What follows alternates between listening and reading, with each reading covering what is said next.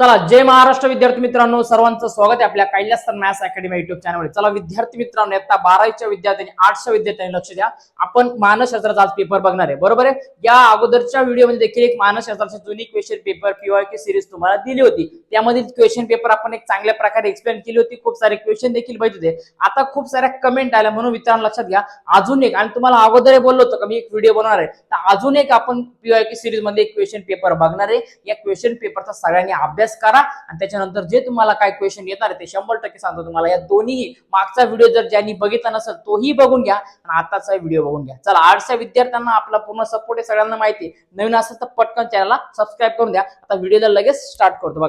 बघा मित्रांनो, मानसशास्त्राचा पेपर बघतोय आपण, 2024 ही पीवायक्यू क्वेश्चन पेपर आहे। आता तुम्ही म्हणाल, काही जण नवीन असतात, तुम्ही म्हणाल का सर ही 2024 आहे, तर बाळांनो लक्षात घ्या, 1+2 किंवा 2+1 जेव्हा तुम्ही क्वेश्चन पेपर सोडवशाल ना, म्हणजे काय, तर 3 question paper, at least 3 question paper, पण यापैकी तुम्ही 2 सोडवा किंवा 1 सोडवा, तर याच्यापैकी ज्या तुम्हाला जुन्या क्वेश्चन पेपर झाल्या असतात, 2 किंवा 3 किंवा 1, यापैकी तुम्हाला लक्षात घ्या 70% वरती जो सिलेबस असतो किंवा तुमचे जे क्वेश्चन असतात हे तुम्हाला परीक्षेमध्ये 100% येतात।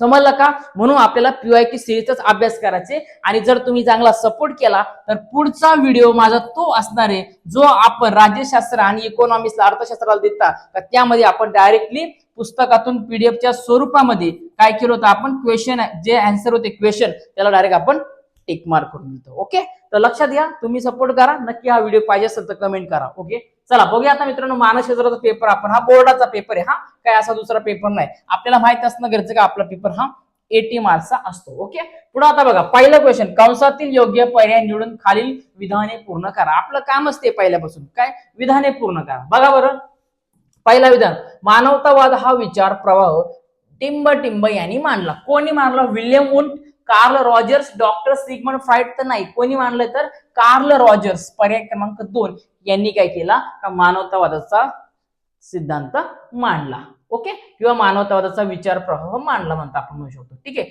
पुढे बघा, बुद्धी गुणाकांचे सूत्र डॅश डॅश यांनी सांगितले। कोणी सांगितले बुद्धी गुणाकांचे सूत्र? तर स्टर्न यांनी, काय बिने वेशलर यांनी सांगितलं का? नाही, तर स्टर्न यांनी सांगितलं, म्हणून इथं तुमचं पर्याय क्रमांक 2 हे उत्तर योग्य असणार आहे। पुढे बघा मित्रांनो, शाईच्या डागाची चाचणी, काय सांगितलं तुम्हाला? शाईच्या डागाची चाचणी, शाईच्या डागाची चाचणी डॅश डॅश या मानसशास्त्रज्ञांनी विकसित केली। कोणी केली? मरेनी का रोरशा का मॉर्गन? तर कोणी केली? रोरशा यांनी केली। कोणी केली? रोरशा यांनी केली होती। पण बघा, इव्हान पॅव्लोव हे अध्ययनाची डॅश डॅश पद्धत स्पष्ट केल्याबद्दल ओळखले जातात। अभिजात अभिसंधान, साधक अभिसंधान आणि निरीक्षणात्मक, याचं योग्य उत्तर मित्रांनो अभिजात अभिसंधान हे काय असणार, याचं योग्य उत्तर असणार आहे। पुढे बघा, आपल्या संस्कृतीमध्ये एखाद्या व्यक्तीचे डॅश डॅश म्हणजे त्याच्या कुटुंबाचे प्रतिबिंब आहे असा विचार केला जातो। काय, का आपल्या एखादी कुटुंब आहे किंवा म्हणजे वडील असतील, वडिलांचीच वृत्ती काय केलं, पोरांनी केली, काय केली, पोरांनी केली, बरोबर ना। मग आपण काय म्हणतो का असा माझ्यासारखा आहे, मग त्याचं काय काय धरला तर, बरोबर ना। एखादा बाप किंवा एखादा कोणी असेल, मी अजून या व्हिडिओद्वारे सांगतो, मी जर जे विद्यार्थी आता व्हिडिओ बघतात आणि त्यांच्या घरामध्ये हा प्रकार चालतो, त्यांचे घरचे घेत असतील तर त्यांना व्हिडिओ दाखवा। बघा का मित्रांनो, खरंच लक्षात, पालकांना रिक्वेस्ट आहे की तुम्ही ह्या गोष्टी सोडून द्या। तुमच्या 90-60 मुळे पोरांचं नुकसान होतं। तुम्ही जर बघितलं तुमचं वर्तन हे पोराला लागू शकतो, तर मित्रांनो एक विनंती तुम्हाला, खरंच सुधरा तुम्ही। आता काळाचे सुधारा, मुलं मोठाले झाले, आपण कुठेतरी सुधारलं पाहिजे। आपण जो व्यसन आहे ते सोडून दिलं पाहिजे। उद्या भविष्यात याच पोरांना जर व्यसन लागलं तर आता एक तर या पोरांना नोकऱ्या राहिल्या नाही, आता सरकार नोकऱ्या काढत नाही, काहीच नाही, आता खूप राजकारण चालू आहे आता, तर यांचं भविष्य कसं होणार आहे हे तुम्हाला लक्षात घ्या। आता पैशाविना काही चालत नाही। या विद्यार्थ्यांनी अभ्यास नाही चांगला केला तर यांना चांगली नोकरी लागणार नाही ना, भविष्यात त्यांचं करिअर होणार आहे। त्यामुळे त्यांच्या करिअरवरती फोकस होऊ नये। त्याच्यामुळे पालकांना रिक्वेस्ट आहे का तुम्ही हे 90चा प्रकार सोडून द्या। आणि असा एक पालक मागं भेटला तर आमच्या सीटला व्हिडिओ बघतो तर बघ बाबा, काय प्रॉब्लेम नाही। तर त्यांनी काय केलं होतं का ढाब्यावरती तो संध्याकाळी 90 हाना जातो, काय 90 हाना, एक पॅक हाना जातो, एक हाणतो का मोठी हाणतो त्यालाच माहित। तर काय करतो तो, सोबत त्याच्या मुलाला घेत होता। त्याचा मुलगा आता आहे 10वीला, कुठे आहे त्याचा मुलगा? 10वीचा बोर्डचा परीक्षेचा तो अभ्यास करतोय, आणि त्या मुलाला तो घेत होते। आणि त्याला मी सांगितलं की बाबा ही गोष्ट चुकीची, आपला मुलगा 10वीला आहे तर त्याला अभ्यास करू दे, आणि या कमी वयामध्ये तो त्याला ढाब्यावर नको। म्हणजे बाप पिणार आणि पोरगा काय करणार बघणार, मग काही दिवसांना ते पोराचं लक्षण लागणार का नाही? बरोबर का नाही? म्हणजे बापाचीच वर्तणूक मुलामध्ये जाणार का नाही? तर लक्षात घ्या, तुम्ही चांगलं वागा, तुम्ही चांगले संस्कार करा, तुम्ही चांगलं वागणूक राहा, इतरांसोबत एकदम चांगल्या प्रकारे तुम्ही वागा, एकदम सत्याने तुम्ही वागा, चांगलं कार्य करा, व्यसनापासून लांब राहा. म्हणजेच काय का तुमची वर्तन ही तुमच्या मुलामध्ये राहणार आहे आणि भविष्यामध्ये येणाऱ्या काळामध्ये तुमचा मुलगा तुम्हाला सांभाळणार आहे. लक्षात घ्या, तुमचा मुलगा इकडं तिकडं पडणार नाही. तर तुम्ही जेव्हा पडायला लागाल म्हणजे तुमचं वय होणार, तुमची काठी टेकता तुम्हाला चालता येणार नाही, तुमच्या काठीचा आधार हा तुमचा मुलगा बनल. पण कधी? आता सुधरा, याचं सोडून द्या, आता सुधरा. बघा काय आता म्हणजे काय काय आपल्या संस्कृतीमध्ये एखाद्या व्यक्तीचं वर्तन हे काय करतो, कुटुंबाचे प्रतिबिंब म्हणजे काय त्याच्यामध्ये जाते, बरोबर ना? बुद्धिमत्ता वर्तन हे त्याचं योग्य उत्तर असणार. ओके, चला पुढे बघा.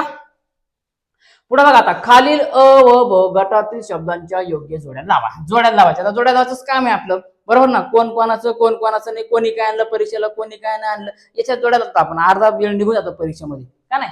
बघा पहिलं दिलंय पडताळा. काय? पडताळा. मग आता पडताळा काय? तर शास्त्राचे वैशिष्ट्य. काय? शास्त्राचे वैशिष्ट्य. पुढे बघा ब कॅटेल. कॅटेल तर काय याचा पर्याय असणार? तर लक्षात घ्या, 16 व्यक्तिमत्व घटक, 16 PF. पुढे बघा भीती. भीती म्हणजे काय असते? काय? एखादा लढा किंवा पळा. हा मागच्या लक्षात घ्या, सॉरी सांगायचं विसरून गेलो मी, का जी मागची आपण क्वेश्चन बघितली होती त्यातील हे खूप सारे क्वेश्चन आता रिपीट झाले, त्याच्यामध्ये मागचे पण झाले, हे पण पडताळा, कॅटेल, भीती हे सगळे रिपीट झाले ते. म्हणजे याचा अर्थ असा होतो का जुन्या क्वेश्चन पेपर मधलेच क्वेश्चन हे तुम्हाला परत परत रिपीट होतात आणि या IMP क्वेश्चन याला पाठांतर करून ठेवा. ओके ना? पुढे बघा चिन्ह मनस्कता म्हणजे काय? याचा अर्थ असा झाला का दुंभगलेले मन. काय त्याला म्हणतात? दुंभगलेले मन असे म्हणतात. पुढे बघा सकारात्मक मानसशास्त्र. काय? सकारात्मक मानसशास्त्र म्हणजे काय? सेलिग्मन. काय म्हणतात त्याला? सेलिग्मन. ठीक आहे. अशा प्रकारे याचं काय मित्रांनो लक्षात घ्या, पूर्णपणे आपण उत्तर दिलेले. ओके, स्क्रीनशॉट काढून घ्या, नीट समजून घ्या आणि जिथं हे क्वेश्चन असते त्याला टिक मार्क करा आणि पटापट डोक्यामध्ये झेरॉक्स कॉपी करून घ्या, लगेच पाठ करून जा परीक्षेला. ओके, पुढे बघा खालील विधाने बरोबर आहेत की नाही चूक ते लिहा. चूक की बरोबर? बघा प्रयोगकर्ता ही अशी व्यक्ती जिच्यावर प्रयोग केला जातो नाही. काय? प्रयोगकर्ता ही अशी व्यक्ती जिच्यावर प्रयोग केला जातो का नाही, हे विधान कसं असणार आहे? चूक असणार आहे. कसं असणार मित्रांनो लक्षात घ्या, हे विधान हे चूक असणार आहे. प्रयोग करता नाही म्हणजे कोणावर प्रयोग करतात. काय? कोणावर प्रयोग करतात, बरोबर आहे.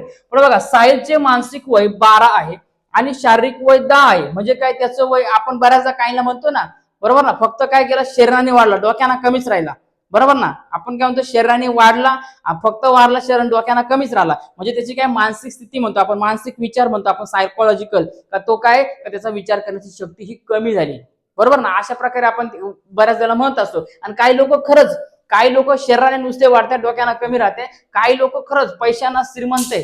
काय? बघा, तर काही लोक पैशानं श्रीमंत आहे आणि तेच लोक काय का डोक्याना गरीब आहे. बघा असं लय कुठं निघून गेलं. तर बघा मग आता काय, साहिलचे मानसिक वय 12 आहे आणि शारीरिक वय 10 आहे, तर साहिलची बुद्धिमत्ता सरासरीपेक्षा जास्त आहे असू शकते, बरोबर ना? लहान मुलं जास्त विचार करू शकतात, बरोबर ना? आता आपलं वय जर 20 आहे, 18-20 आहे, तर त्याच वयानुसार तेवढा विचार करणार का नाही? आपण जास्त विचार करतो, बरोबर ना? परीक्षेमध्ये काय येणार, IMP क्वेश्चन येणार, याचा प्रश्नाचा उत्तर शोधून सर मॅडम पुढे शिकवताय त्याचा विचार सोडून आपला दुसराच विचार, काय करायचं, सुट्या दिवशी मी मेसेज करतो, येईल का ती, बघू बरं ती माझ्या बघते का नाही, मधल्या सुट्टीत आपण जाऊ, हे करू, मी तिला मेन्शन करतो, तिचा स्टेटस ठेवतो, आम्ही झाडाखाली बसू, तिला फोटो काढू, असे मोकार कुटाण्याचा विचार आपण करतो का नाही? म्हणजे आपलं जे वय आपण विचार जास्त करतो. म्हणजे काय का माणसाचं शारीरिक वयापेक्षा काय मानसिक वय किंवा मानसिक विचार करायची शक्ती जास्त असते, म्हणजे बुद्धिमत्ता सरासरीपेक्षा जास्त असते. विधान काय असणारे? बरोबर असणारे.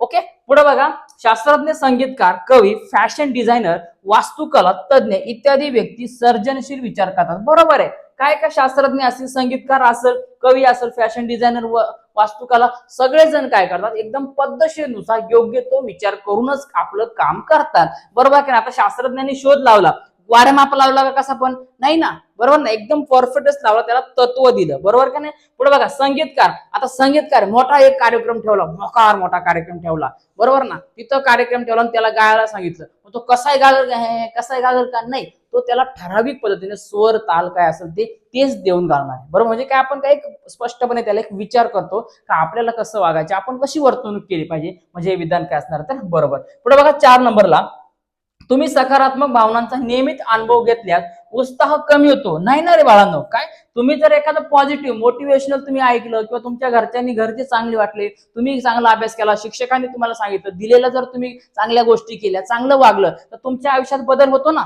सर्जनशील विचार, चांगले तुमच्या विचार, जर चांगले विचार ऐकल्यावरती माणूस चांगलाच होतो आणि वाईट विचार ऐकल्यावरती माणूस वाईटच होत असतो. बरोबर आहे. इथं सांगितलंय काय, तुम्हाला नियमित अनुभव घेतात, उत्साह कमी होतो. कमी होतो का नाही, अजून जास्त होतो. अजून मोटिवेशन तुम्ही होतात. बरोबर का नाही. म्हणजे विधान कसं असणार आहे, तुम्ही रॉंग असणार आहे. जर कमी नसतं तर मग बरोबर आलं असतं. निपक्षतीपणे ऐकणे हे कौशल्य मानसिक आरोग्यासाठीच्या प्रथम उपचारात आवश्यक असते. बरोबर आहे. काय का निपक्षतीपणे ऐकणे आपल्याला काय म्हणतो का, मानसिक आजारामध्ये एकदम तुम्हाला काय एकदम का आरोग्यासाठी चांगलं प्रकारे ऐकणे, चांगले विचार ऐकणे, चांगलं ऐकणे, चांगले कार्य करणे हे आपल्या आरोग्यामध्ये कसे असते, चांगले असते किंवा आवश्यक असते. म्हणून काय उत्तर असणार याचं बरोबर असणार आहे. पुढे बघा. ठीक आहे, झालं याच्यातलं का बाकी काही? ओके झाले. ठीक आहे, पुढे बघा मित्रांनो. खालील प्रश्नांची प्रत्येकी एका वाक्यात उत्तरे, फक्त एका वाक्यात उत्तर. बरं बघा काय, सायनेशिया या शब्दाचा अर्थ काय होता. आता बघा, सायनेशिया हा शब्द कुठला आलाय, कुठल्या लँग्वेजचा आहे, तर लॅटिन भाषेतला आहे. कुठला आहे मित्रांनो, लॅटिन भाषेतला आहे. बघा, या लॅटिन शब्दापासून, बरोबर ना, काय लॅटिन शब्दापासून सायनेशिया हा शब्द तयार झालेला आहे. आणि याचा किंवा याची उत्पत्ती, तयार होणे किंवा उत्पत्ती म्हणतो आपण, आणि याचा अर्थ असा आहे ज्ञान असे होतं. काय सायनेशिया म्हणजे काय, त्याला ज्ञान, नॉलेज असं म्हटलं जातं. पुढे बघा, भावनिक बुद्धिमत्तेचे भावनिक बुद्धिमत्तेचे संकल्पना कोणी मांडली. बघा, तर भावनिक बुद्धिमत्तेची संकल्पना कोणी मांडली, तर जॉन मेयर आणि पीटर सॅल्वी यांनी काय केलं, 1995 मध्ये ही संकल्पना मांडली होती. पुढे बघा, औद्योगिक मानसशास्त्रज्ञ विशिष्ट व्यक्तीची विशिष्ट कामासाठी निवड करताना कोणत्या मुलाखत पद्धतीचा वापर करतात. व्हेरी आयएमपी क्वेश्चन हा. हे पहिलं सायनेशियाचं, भावनिक बुद्धीचं, हे काय सगळे आयएमपी क्वेश्चन हे परीक्षेला 100% विचारले जातात. तर लक्षात घ्या, रचित मुलाखत. काय उत्तर आहे मित्रांनो याचं, रचित मुलाखत हे त्याचं योग्य उत्तर आहे. पुढे बघा, एखाद्या वस्तूपासून अजिबात धोका नसताना त्या वस्तूबद्दल वाटणारी अकारण भीती म्हणजे काय. काहीच नाही, एखाद्या वस्तू रात्रीची हिंडतोय तू, कुठेतरी गेला, तुला अचानक काहीतरी आठवलं, तुझ्या डोक्यामध्ये लोकांनी भरून दिलं, एखाद्यानं चुकून एखाद्या पिशवीमधून चुकून माणसाकडून लिंबू पडला असेल, तो रस्त्यामध्ये तो लिंबू पाहिला, मग तुला 5वा 6वा अटॅक आला आणि तुझ्या डोक्यामध्ये अजून आला, मग काय होईल, जर तुझा पाय दिला असेल तर तू जगतो का नाही याचाही भरोसा नाही. असे मोकार कुठाने होतात. मग आपण त्याला काय करतो का, मोकार घाबरत असतो, बिनकारणे आपण घाबरत असतो कुठेतरी. बरोबर ना. एखाद्या आपण शाळेत गेला असो, शाळेत काहीतरी झालं, आपल्याकडून थोडीशी चूक झाली, आपण खूप सारा घाबरत असतो. मोकार बिनकामाचा आपण घाबरत असतो. मग त्याला काय म्हणतात मित्रांनो, भयगंड असे त्याला म्हणतात. त्याला काय म्हणतात, भयगंड असे म्हणतात, का आपण बिनकामी काहीच कारण नसताना आपण घाबरत असतो. बरोबर का नाही. पुढे बघा, विस्तारण व निर्मिती ब्रॉडन अँड बिल्ड सिद्धांत कोणी मांडला, तर तो आहे बार्बरा फ्रेडरिक्सन. कोणी मांडला, बार्बरा फ्रेडरिक्सन यांनी मांडलेलं आहे. फ्रेडरिक्सन हा नाव लक्षात ठेवा. इथे दिलेले स्क्रीनशॉट काढा किंवा व्हिडिओ थांबवा आणि टिक मार्क करून घ्या, उत्तर लिहून घ्या. पुढे बघा, तज्ञबुद्धी वाढवण्याचे कोणतेही उपाय स्पष्ट करा. आता काय तज्ञबुद्धी वाढवण्याचे तुम्हाला काय उपाय, तर आपण काय करू शकतो, आंतरक्रिया वाढवणे, सारखेपणा लक्षात येणे, स्वतःच्या भावनांचे परीक्षण करणे, आव्हान देणे. बरोबर ना. अशा प्रकारे आपण ह्या ज्या गोष्टी केल्यामुळे काय होऊ शकतो का, आपल्याला वाढवण्याचे म्हणजे तद्बुद्धी वाढू शकते आपल्याला. बरोबर आहे. मग तुम्हाला हे पर्याय 4 काय करायचे, तुम्हाला 4 पैकी कोणतेही 2 तुम्हाला स्पष्ट करायचे ती, आणि अजूनही याचे ऑप्शन आहेत तेही तुम्ही एक्सप्लेन करू शकता. फक्त 2 करायचे. पुढे बघा, तर्कसंगत व्यक्तीची कोणतीही 2 वैशिष्ट्ये तुमच्या शब्दात मांडा. पुढे बघा, सामाजिक बुद्धिमत्ता म्हणजे काय हे करून घ्या हा. ठीक आहे ना. सामाजिकचा आयएमपी क्वेश्चन आहे. कार्ल युंगच्या व्यक्तिमत्वाचा सिद्धांत तोही तुम्हाला स्पष्ट करायचा आहे. हाही आयएमपी पाठापट टिक मार्क करून घ्या आणि लगेच पाठांतराला सुरुवात करायची. आता द्विध्रुवीय विकृती स्पष्ट करा, हा देखील आयएमपी. कारण लक्षात घ्या, आता एक एक सांगत बसलो तर अखेर रात होऊन जायची. बरोबर ना. त्याच्यामुळे नीट समजून घ्या. पुढे बघा, खिन्नताग्रस्त व्यक्तीच्या वर्तनातील कोणतेही 4 बदल तुमच्या शब्दात, 4 किंवा 2 बदल तुम्हाला विचारले जाऊ शकतात. पुढे बघा, आशावाद मोस्ट आयएमपी क्वेश्चन. आशावाद म्हणजे काय, मोस्ट आयएमपी क्वेश्चन. हा प्रत्येक each and every question paper मध्ये हा रिपीट झालेला क्वेश्चन. ओके. पुढे बघा, खालील बाबीवर प्रत्येकी 50 ते 60 शब्दात संक्षिप्त टिपा लिहा. कोणतेही 4, ओनली 4 किंवा एनी 4 आपण त्याला म्हणतो. ओके. एनी 4 ला आता बघा, निरीक्षण पद्धत, अवधान कक्षा, भावनिक सुदृढतेचे दैनंदिन जीवनातील फायदे, व्यसनासक्ती, चिंता विकृती निर्माण होण्याची कारणे आणि वृत्ती इतिहास. पद्धत. ओके, हे तुम्हाला पाठांतर करायचे याच्यामध्ये. आता लक्षात घ्या, निरीक्षण पद्धत महत्वाचे, अवधान कक्षा महत्वाचे, चिंता विकृती निर्माण होणारे कारण हे देखील महत्वाचे, आणि भावनिक सुदृढतेचे दैनंदिन जीवनातील फायदे हे महत्वाचे. तुम्ही पण सगळेच करून ठेवा, मी सांगतो, जास्त लांब नाही, हार्ड नाही, तुम्हाला याचा खूप सारा फायदा होईल. ओके, पुढे बघा, खालील उदाहरणावर आधारित प्रश्नांची केवळ शब्दात उत्तरे लिहा. बघा, आता पहिला दिला, नीट वाचून घ्या. आणि त्याने सातत्याने खेळाच्या सरावाचे प्रमाण वाढवलं. तिने काय केलं, प्रॅक्टिस केली चांगल्या प्रकारे, योग्य ती अशी छान प्रकारे तिने काय केली, प्रॅक्टिस करून घेतली. ओके, पुढे बघा, त्यामुळे तिच्या खेळातील कौशल्यात ही वाढ झाली. काय झाली, तिच्या कौशल्यात वाढ झाली. तर खेळातील सरावाचे प्रमाण व खेळातील कौशल्य यात कोणत्या प्रकारचा सहसंबंध आढळतो, कोणत्या प्रकारचा सहसंबंध आढळतो हे आपल्याला माहिती असणं गरजेचं आहे. कोणता आहे तर लक्षात घ्या, त्याला सकारात्मक म्हणतो आपण. काय सकारात्मक, बरोबर ना, सकारात्मक म्हणतो आपण. काय, प्रॅक्टिस मेन मॅन परफेक्ट. जितका आपण चांगला सराव करू, क्रिकेट असो, दुसरे खेळ असो, धावपट्टी, काही असू द्या, गणित असू द्या, नंतर आपले जे पाठांतर म्हणतो, प्रश्न उत्तर असू द्या, बाकी कुठलाही विषय असू द्या, त्याच्या जितका आपण सराव करणार, नियमित सराव करणार, रनिंग वगैरे असू दे, तितका आपल्याला त्याचा काय होऊ शकतो, फायदा होऊ शकतो. पुढे बघा, शेतकऱ्यांना हवामानाचे अंदाज सांगण्यासाठी हवामान खात्याद्वारे सॅटेलाइटचा वापर केला जातो. तर सॅटेलाइटचे कार्य बुद्धिमत्तेच्या कोणत्या प्रकारावर आधारित आहे. काय आपल्याला सांगतो का, या तारखेला रोहिण्या सुरू होईल, या तारखेला पाऊस सुरू होईल. लगेच शेतकरी बांधव आपले काय करतात, लगेच आता बिया वगैरे काय असं म्हणतो आपण, बियाणे वगैरे म्हणतो, ते गोळा करणं सुरू, काम शेतीची कामं लगेच सुरू करतात वगैरे,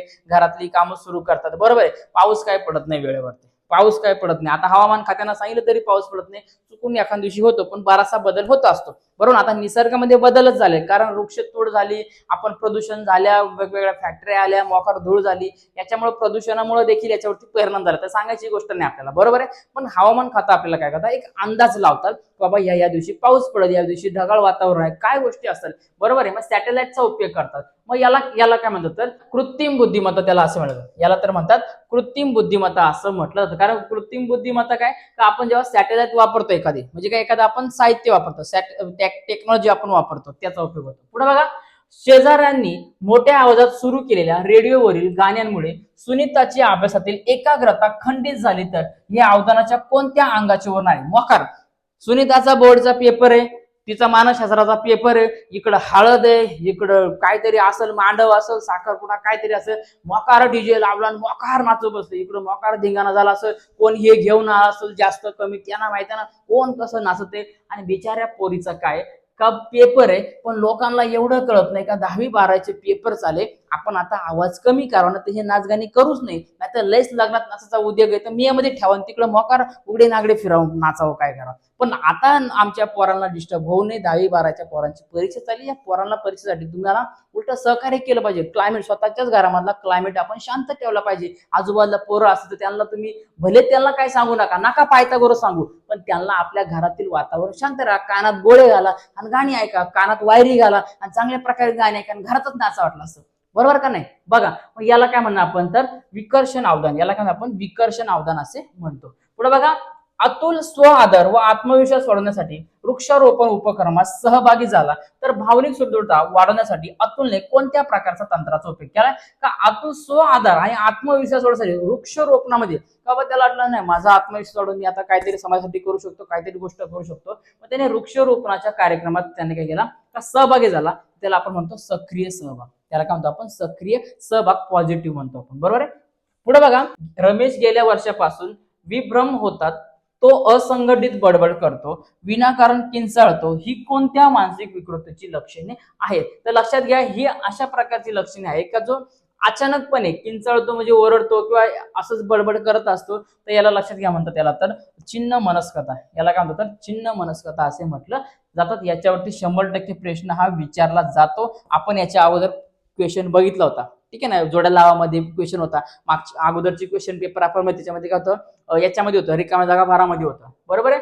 पुढे बघा, पावसाच्या अनियमितमुळे निर्माण होणारे तीव्र पाणी टंचाई समस्या कमी करण्यासाठी गावातील सर्व नागरिकांनी एकत्र येऊन शेतात शेततळे बांधले. यावरून नैसर्गिक आपत्तीवर मात करण्यासाठी गावकऱ्यांनी कोणत्या प्रकारचा लवचिकतेचा वापर केल्याचे दिसून येते. काय, पाऊस पडत नाही, पाऊस पडत नाही, पाण्याची गैरसोय होते. आता लगेच काही ठिकाणी दुष्काळ सुरू झाला सर, उन्हाळ्यात पाणी प्यायला मिळत नाही, आंघोळीचा प्रश्नच नाही, तळ्यातील पाणी इकडं सोडून दे तिकडं सोडून दे, सरकारी लोक या कंपन्याला पाणी पुरव त्या कंपन्याला पाणी पुरव, आणि बिचारी शेतकरी बांधव, शेतीला तर पाणी नाही पण लोकांना पाणी देखील प्यायला नाही. बरोबर आहे. मग अशातच गावकरी काय करतात की बाबा आपण शेतामध्ये शेततळे बांधूया, जेणेकरून आपल्या शेतीला देखील त्या पाण्याचा उपयोग होऊ शकतो. मग याला काय म्हणतात मित्रांनो, सामाजिक लवचिकता असं म्हणतात. याला काय म्हणतात, सामाजिक लवचिकता असं म्हटलं जातं. ओके, चला पुढे बघूया आता पटापट फास्ट. बघा, खालील संकल्पना 25 ते 30 शब्दात स्पष्ट करा. बघा आता पहिला दिल्या सजगता, उपवन, इंटरनेटचे व्यसन, स्व आधार, आनंद निश्चित करणारा घटक, चेता,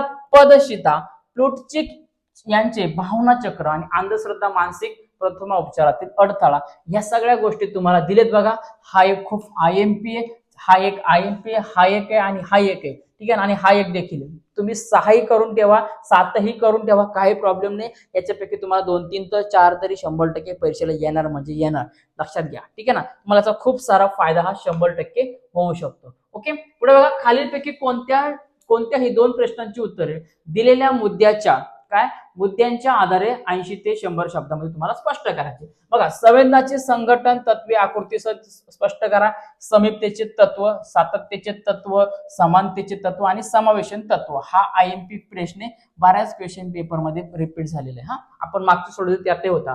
पुढे बघा, पॉल अर्कमन यांनी सांगितलेल्या प्राथमिक भावना. बघा, सुख, आनंद, राग, दुःख आणि भीती, याही तुम्हाला स्पष्ट करायचे.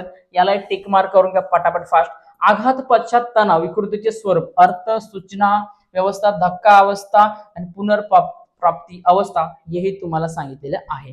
बघा, खालीपैकी कोणत्याही एका प्रश्नाचे उत्तर 150 ते 200 शब्दात स्पष्ट करा. बुद्धिमापन चाचण्यांचे प्रकार, फायदे तोट्यासह स्पष्ट करा. व्हेरी IMP, 100% हा क्वेश्चन तुम्हाला येणार, 100% येणार. व्यक्तिमत्व म्हणजे काय, हा देखील IMP मागच्या क्वेश्चन पेपर मध्ये देखील आला होता. ठीक आहे, व्यक्तिमत्वावर परिणाम करणारे कोणतेही 5 घटक स्पष्ट करा. या अशा खूप IMP गोष्टी आहेत तुम्हाला परीक्षेत ह्या 100% विचारल्या जातात. ओके, तर फायनली अशा प्रकारे विद्यार्थी मित्रांनो आपण मानसशास्त्राचा, लक्षात घ्या, सायकोलॉजीचा, मानसशास्त्राचा आपण हा दुसरा क्वेश्चन पेपर बघितलाय.